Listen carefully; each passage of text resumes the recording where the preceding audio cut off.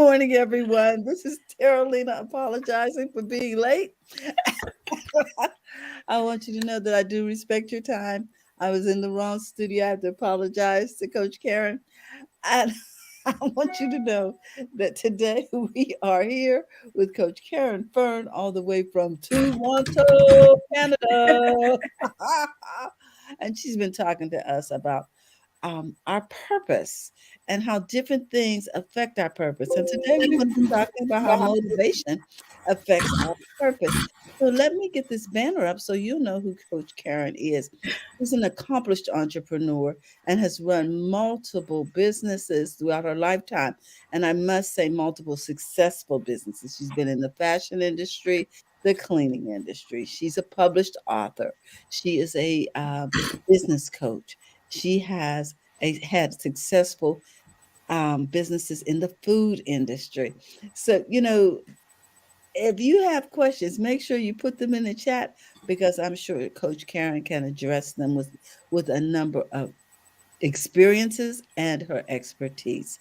So, without further ado, I introduce to some, present to others, Coach Caren Fern, all the way from Toronto, Canada. Good morning, Cecilia. You Good know morning, we love you. Cecilia. She is our Thank super you. fan. She is. She is. She Oh, really is. So, yes. we started off this month. We started out last month. We talked about passion. This month we talk about purpose because they kind of go hand in hand. There's like I feel like it's this triangle where there's passion, there's purpose, and then there's profitability in there because we're talking business, of course. So we've got this. Probably gonna do a visual at some point in this segment here so that we can you know, see a visual of what I'm talking about. So last week we covered motives. And this week, if not so close, we're covering motivation. I tell motivation is this fleeting thing that happens and goes away. So you have to be consistently to keep yourself motivated. And you got to find out, before I get into my talk, you got to really find out what keeps you motivated. And it takes time to find out. And when you find that out, Mhm. you get to keep performing in your purpose because you know your purpose and you might be passionate, but to continuously perform in it, sometimes it gets difficult, it gets hard. I want you to know I understand this. Life happens and that happens and you wanna but you don't wanna. Yes, sometimes you just don't wanna. Yeah, Oh my goodness, you need to say that. you don't want to. You just want to go to bed. You just want to cover up. You just want somebody to look after you and do nothing. Not because you're not in your purpose anymore. Not because you don't want. It's just at that time.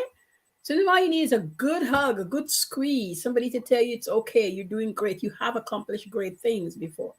Um, and it's always good to have some of those friends in your corner,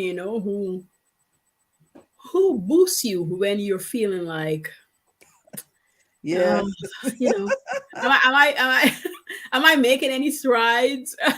And talk it out, and talk it out, get it out there, get it out there, get it off of your subconscious so that you can think clearly, so you can Mm, move forward. Because when that's there holding you up is the hardest, having to negotiate with yourself on what needs to be done and how you need to do it could be hard at times when you're mm. your own only sounding block. Like you can be your sounding block, but you can't be the only sounding block. It just helps you when you have.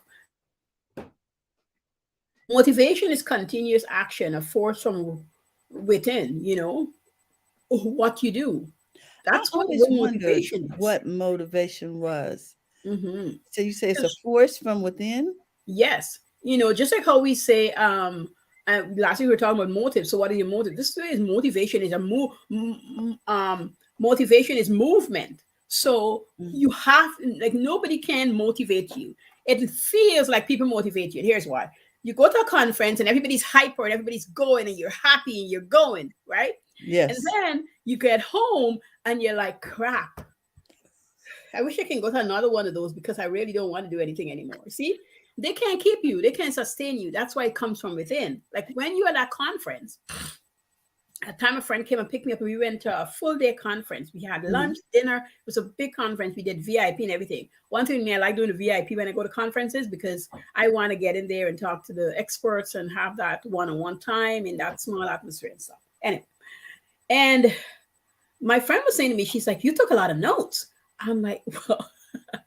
When we leave here, we both are business people. I'm like, what are you going to go home and do? She goes, well, I got to talk to my husband about it. I'm like, no, no, no, no, no. He didn't come to the conference with us. You have to get in there and you got to do. And then you might want to showcase to him what you learned. Because if you go back with everything that you heard to him, he's not hearing. But if your voice is there, kind of framing it from what you took away from the conference, then he can hear you, Ah. because everybody take things in differently. Like, we had about 7 speakers that day. And so there's a few that really had me going, and there's some dreary ones. Like, I'm not taking notes on that because it didn't do anything to my blood. You say, I'm not feeling that. But the people who was with purpose, even though there was in the industry I was in at the time, we had a singer that came in, singer songwriter that came in, and she was so fabulous because her story was fabulous. She understand entrepreneurship, struggles, and so it resonated with me. Like, we could have a conversation, and you could talk to them later, VIP or not. They were milling about, and were people that you can meet and greet and talk to, and then they had the VIP. Mm. But I find was really great. And so I can't leave there thinking that they're going to stay on my shoulders. My motivation has to come from within. I have to, matter of fact, I should go to the conference motivated to learn. So I'm open and I'm waiting. I'm not going there for them to win, spin a magic wand and I'm good. I Yeah, have, I think that's what people expect from coaches. I yes, think that's what they expect from the people around them, yeah, that they are able to, just woo, say a few words and it's done. it's not going to happen. Hmm, hmm. Like, we're going to talk, and then you have to go away with what happened, and you have to apply it. You actually have to go the way. I got clients where I say, I'm straight up, I'm like, get out of business if you don't want to sell or market. I'm telling you right now, get out of business. Even if you bought a business, you still have to sales and market. And even if it came with a sales guy or woman and a marketing team, they're expecting you to lead them. And so they're just not going to do. You got to lead them. You got to get in there and be the kind of leader that they need. So you're going to Mm. have to interview all these new people, talk with them, feel them out, see where they're going, see what they're interested in, Uh, see what motivates them, see what makes them light up, because those people is going to be in your corner. Those people is going to love on you and your business. Don't get in there like a high hander and do nothing. Like, that doesn't work. That doesn't work. Some of the best supervisors and managers that I've met over the years in different fields are those people who cared what happened to the worker and then talk about the work after. hmm. Those Yeah. are some of the best leaders. They want to know, like, what are you doing, Caren? Like, what's your next step? Like, why are you here? What are you thinking of doing? And when you get to talking, then they know, what kind of relationship to have. I always say, luck or whatever. I always say I had the best supervisor or managers. And people's like, I never had a good manager. I hate my workplace. I work at really good places. Yeah, because I decided that's what I needed at the time to get me to the next place. So I was motivated to show up, work in my full 100% every single day because I've Hmm. got a goal. Most people go to work and they hate being there because they have no goal. They're just doing the job they were told to do. If you went to work, and even though we're talking this, I'm going to talk about this because most people in business had a job. Yes. You went to work and your focus is, I am going to do this job because in the next 4 years, people like this minute thing, no, in the next 2, 4, 12 months, I am leaving to do this next thing. They will go to work happy because it's part of their financial building. That's why they're there for the 12 months. They're saving money, they are putting aside money, they're investing some money to get them to where they want to So be. the job is the angel investor. Exactly. So now you're motivated to get that job done. You're motivated. That's why the big question is, why are you motivated to do what, and what? Why are you motivated to keep working in your purpose? Why are you motivated? Is it money motivation? And I tell people, because some people like to say, well, you need to find a bigger reason than money. Listen, if money is what it is right now, and you're motivated by money, then that's what it is. Don't lie. Hmm. Once you pass the money, then you start realizing there's other things. I Well, was, let me say this, Karen. I find that a lot of times people feel like they can't say that money is their motivation because Yes. everybody Yes. is so altruistic in their Yes. answers. Well, I want to save the world. I want Yeah. world peace. Da da da da. You know what I'm saying? I want to um, purify all the water on the globe. Listen, people, you're in business to make money. Yes. You can write a check for those other things when you make Yes. enough money. Yes. Yes. Amen. You know what I mean? I'm glad you say that. I'm Yeah, glad you say that. you start a foundation Yes. after you are Hmm. successful. Yeah. Uh, Because but all the right people that's now, doing the wonderful things is because they made the money first. If not, they couldn't do it. mhm, They couldn't do it. yep, and absolutely, Cecilia, Yes. this is your Yes. attitude will determine your altitude. Yes. Mm-hmm. Yes. You want I when I started business at a young age was to make money. I after making a good portion of money, I started helping people because they saw me making money and wanted to figure out how to do the same. It And makes that's sense. how I start helping people because people are always watching you. That's why you see when people post online, somebody's watching you. People are always watching you, Mm-hmm. Mm-hmm. So you're always influencing somebody. watching you. Yes, you're a person of influence. They're watching you. And so if they're watching you, you're going to have to do the best you can do with what you got. Yes. And you got to have to charge for it Mm-hmm. because that's how you make your money. And so to lie to yourself, that's the first lie you're telling yourself. And there's no need to lie to you. Be honest. I am in this to make money. Okay. Now, what's number two?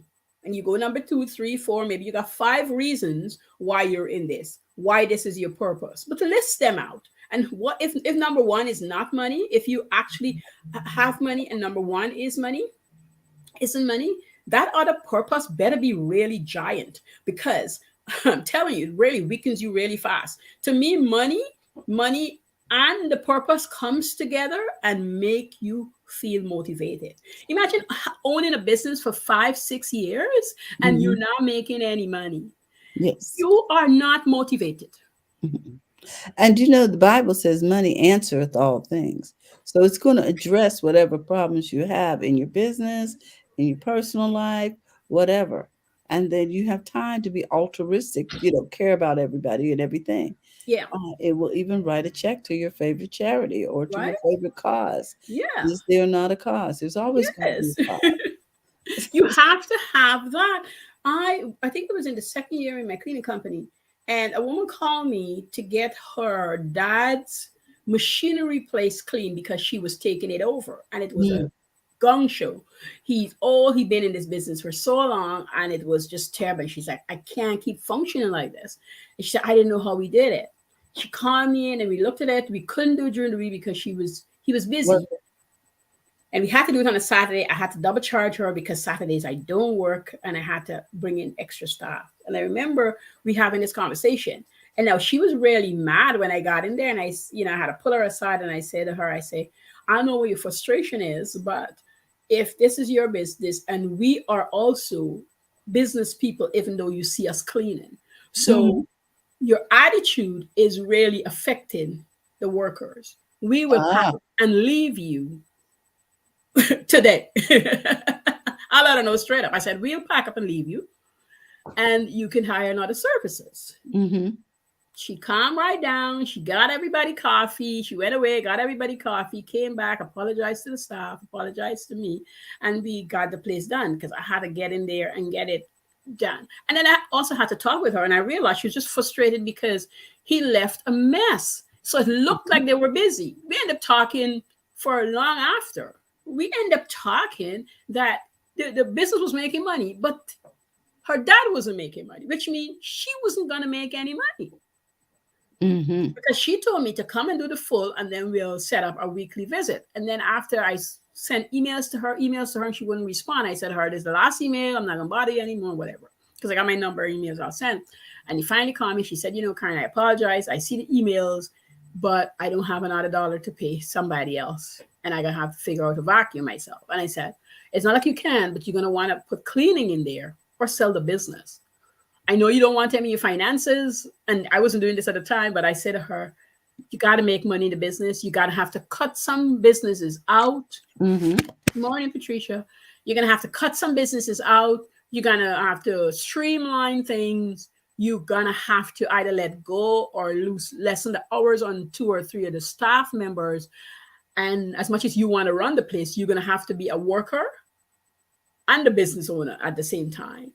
And she Wow. said, it's so funny. You judge people because they come in and clean, not realizing how much they know. And he said, well, cleaning, so many people see it as a low kind of trade, but a really good cleaner is a technician.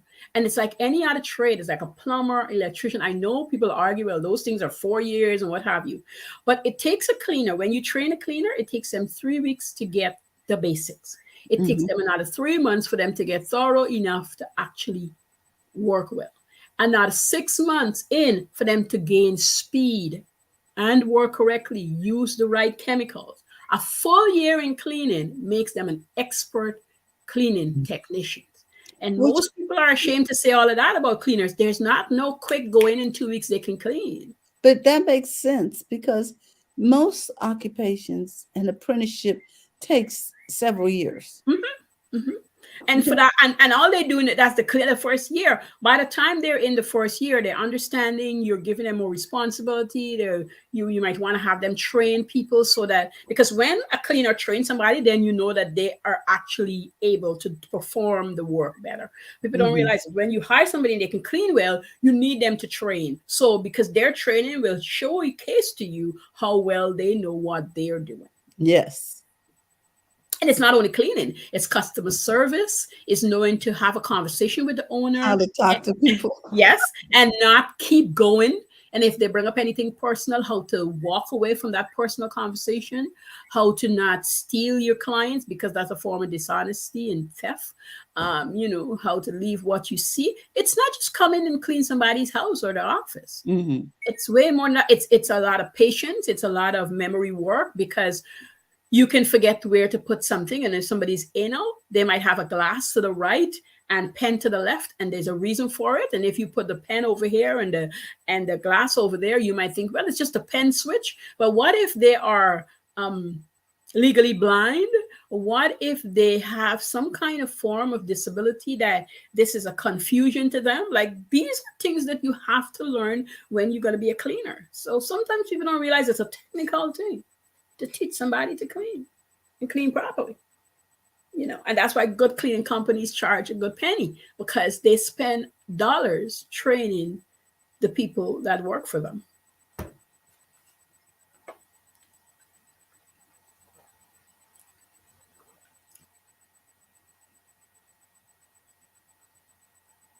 See, all of these things we can learn from listening to you, coach, and come getting a better understanding about how to run our businesses. And I think this goes back to Cecilia's comment when you were talking about, you had to tell the lady you possibly would have to pack up your crew and leave because her attitude was so bad. uh, and that's something that as business owners we need to know, that sometimes you really have to fire customers Yes. if they're not a match. You have to let the business go and go so that you can open yourself up to someone who is a match for what you do and how Exactly. you do it.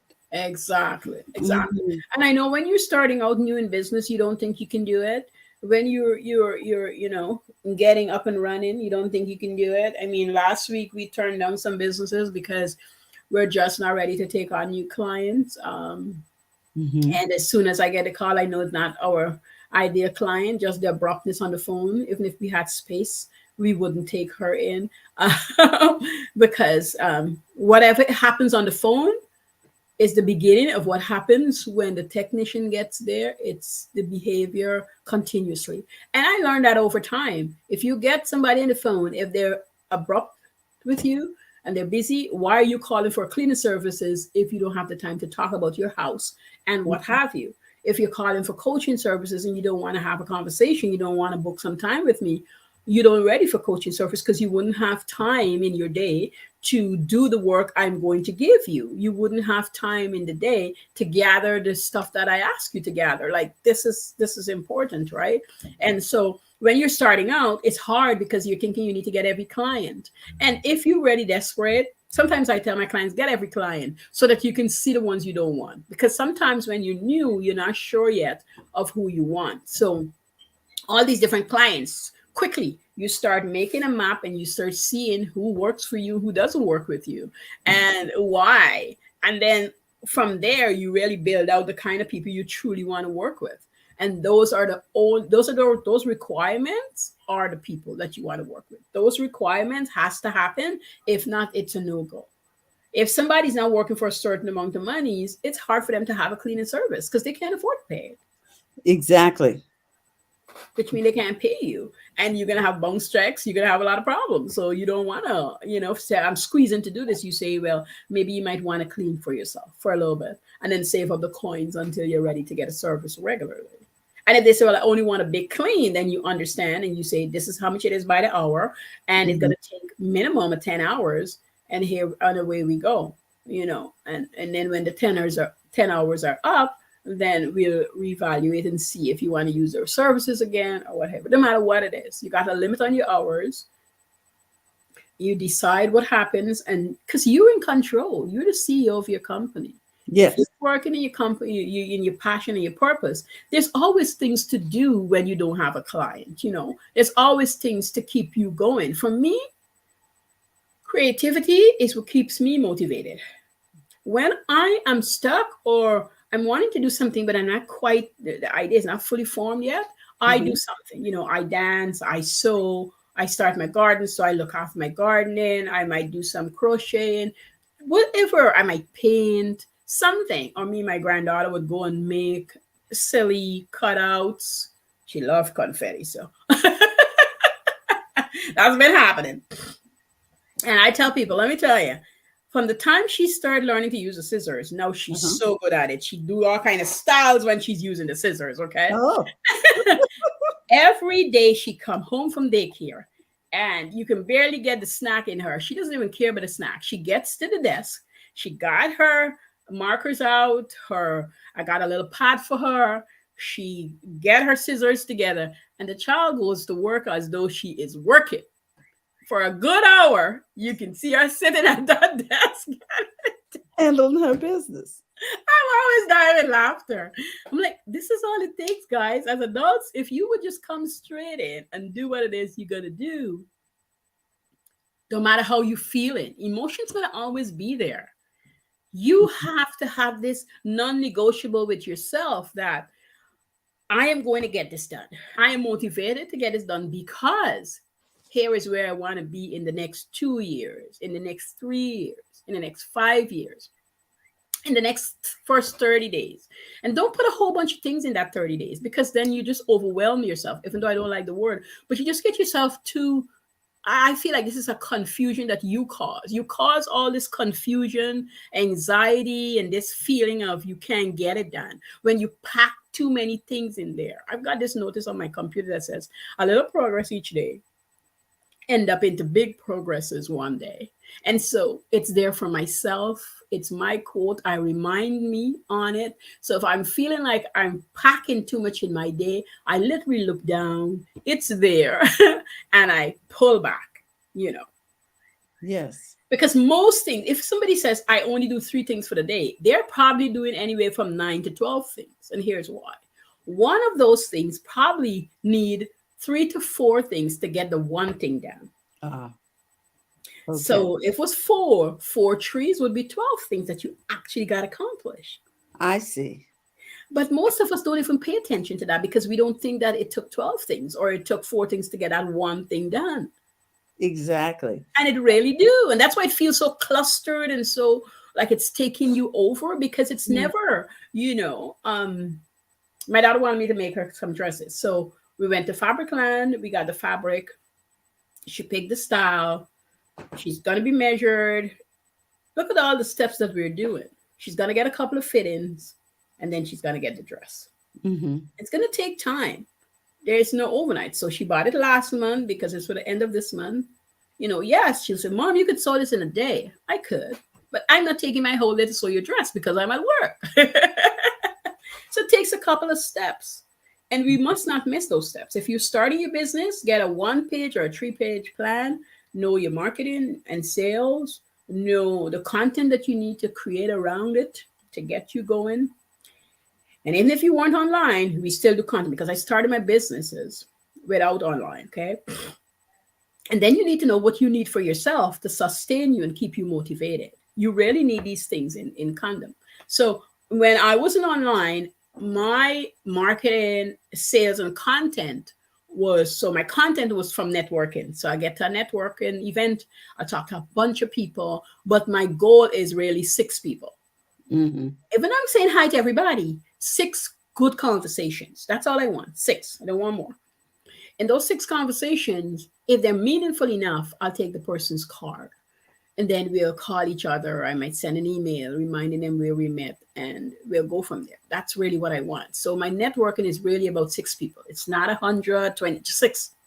Six people. I know what I can handle. People do a lot of different things. And I also want to just go to paid network events because there's more value for the people who paid money. I find the free ones was just a waste of my time. Mm. So I went to the paid events, and people there are more serious about their businesses, and they truly want to refer you and hopeful for a referral from you and that sort of thing. Also, a lot of the paid ones, they look for speakers, and even if it's to just introduce myself, I want to be able to do that. So there I am, and I'm getting that done, you know.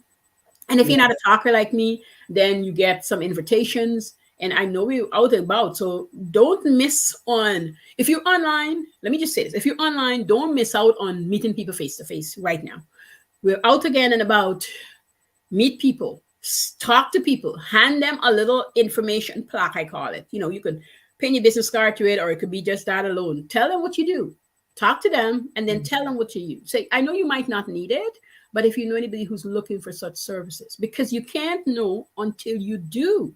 You can't know. Years ago, when I started my alteration business, oh my God, over 12 years ago, my daughter used to, she was in primary school, she used to go and hand out little cards every afternoon after school, her little chain. That's how she started working for me.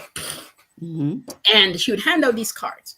And people would call me and they'll say, oh, my daughter is so nice. She had so much information. You're doing a good job. And my daughter would feel really great about it. But she was able to talk to them before she just stick a card in their hand, right? Because we were going for what to say, if they ask you questions, what to tell them, when to call me, and that sort of thing.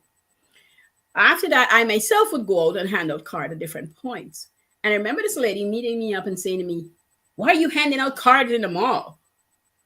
There's a dry cleaning guy right there. You're trying to take his business away. And I said to her, are you in business? She's like, yes, but I wouldn't do this. I said, I know what happened in here. You are too shy to get your business off the ground. So you're really upset that I'm doing mine. Have a good day. I'm saying this to say that people will not like when you're doing certain things, right? Mm-hmm. Don't let them dissuade you. It's their problem. It's their not marketing. It's their not doing. This is Mm-hmm. part of your content building. Because over time, if you don't understand, over time, you get to say to yourself, I was brave enough to talk to six people today. Ah, I was okay. brave enough to talk to one lady today, and the conversation was so great. You can come back and you can write this down for yourself, right? Because we're not online. But let's forget about online, right? But Mm-hmm. now, if over time you've been doing this, then you can come online and then talk about what happened offline. So now you got your content to talk about, right?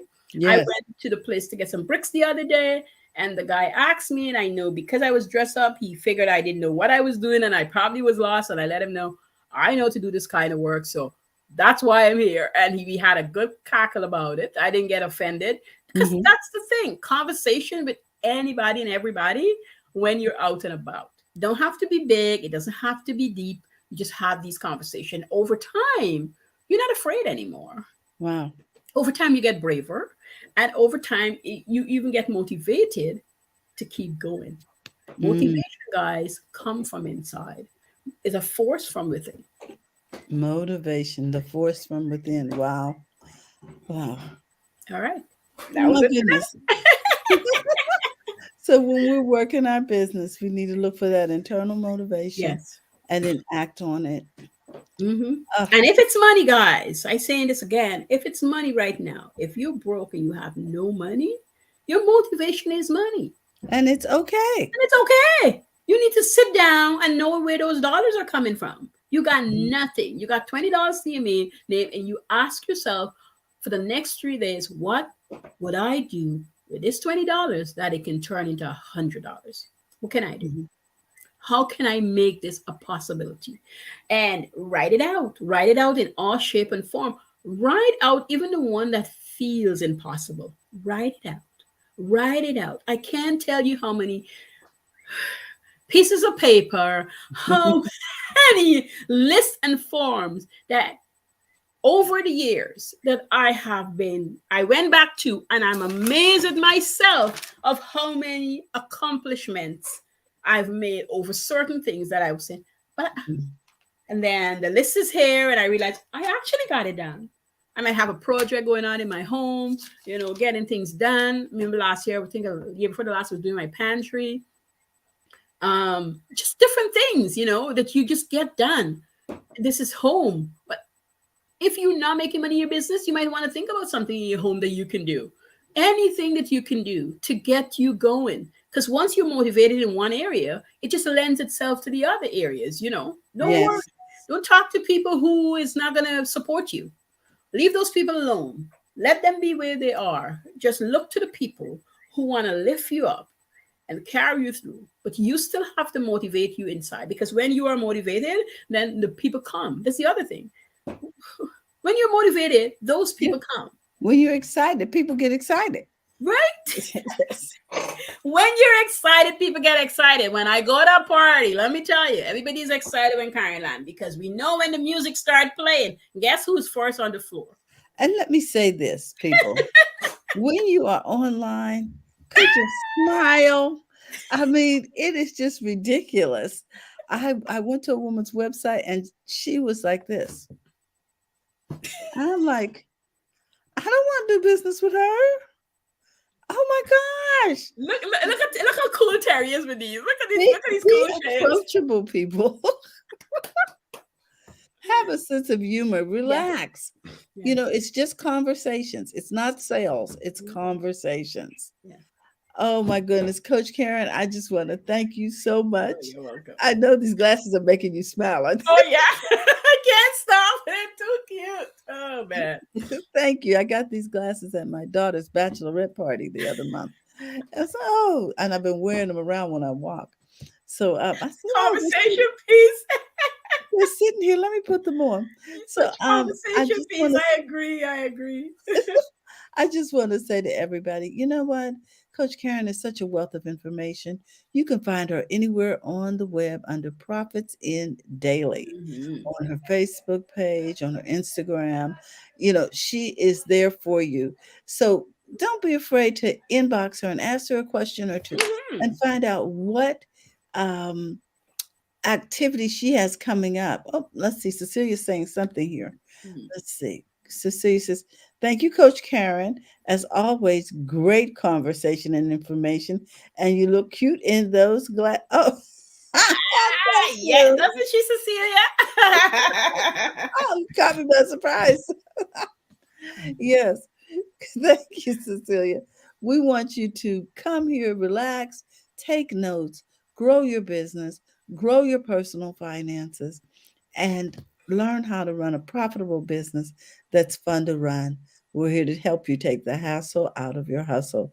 So if you're looking to get in touch with Coach Caren, she can be found under Profits in Daily. She'll be here every week with these nuggets. I hope you'll be prepared like you were today. Coach, we love you and we appreciate you coming in all the way from Toronto, Canada, just to grace our stage.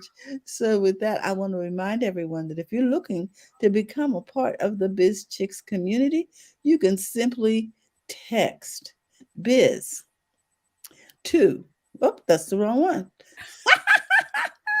See, that's why you need to take your glasses off every once in a while. You get to join Biz Chicks. You want to text Biz to 33777, or you can join our Heartbeat community through bizchicks.net. Mhm. We love you and we look forward to hearing from you. Remember that BizChicks does workshops, we do personal coaching, and we'd love to have you call us. We do masterminds and we live stream for individuals. So if you're thinking about doing a live stream production, a TV show, or something like that, give us a call. We'd love to help you. And we want you to remember It's okay to do well in your business. So go to the front of your own line. Have a great day. Bye bye, everyone.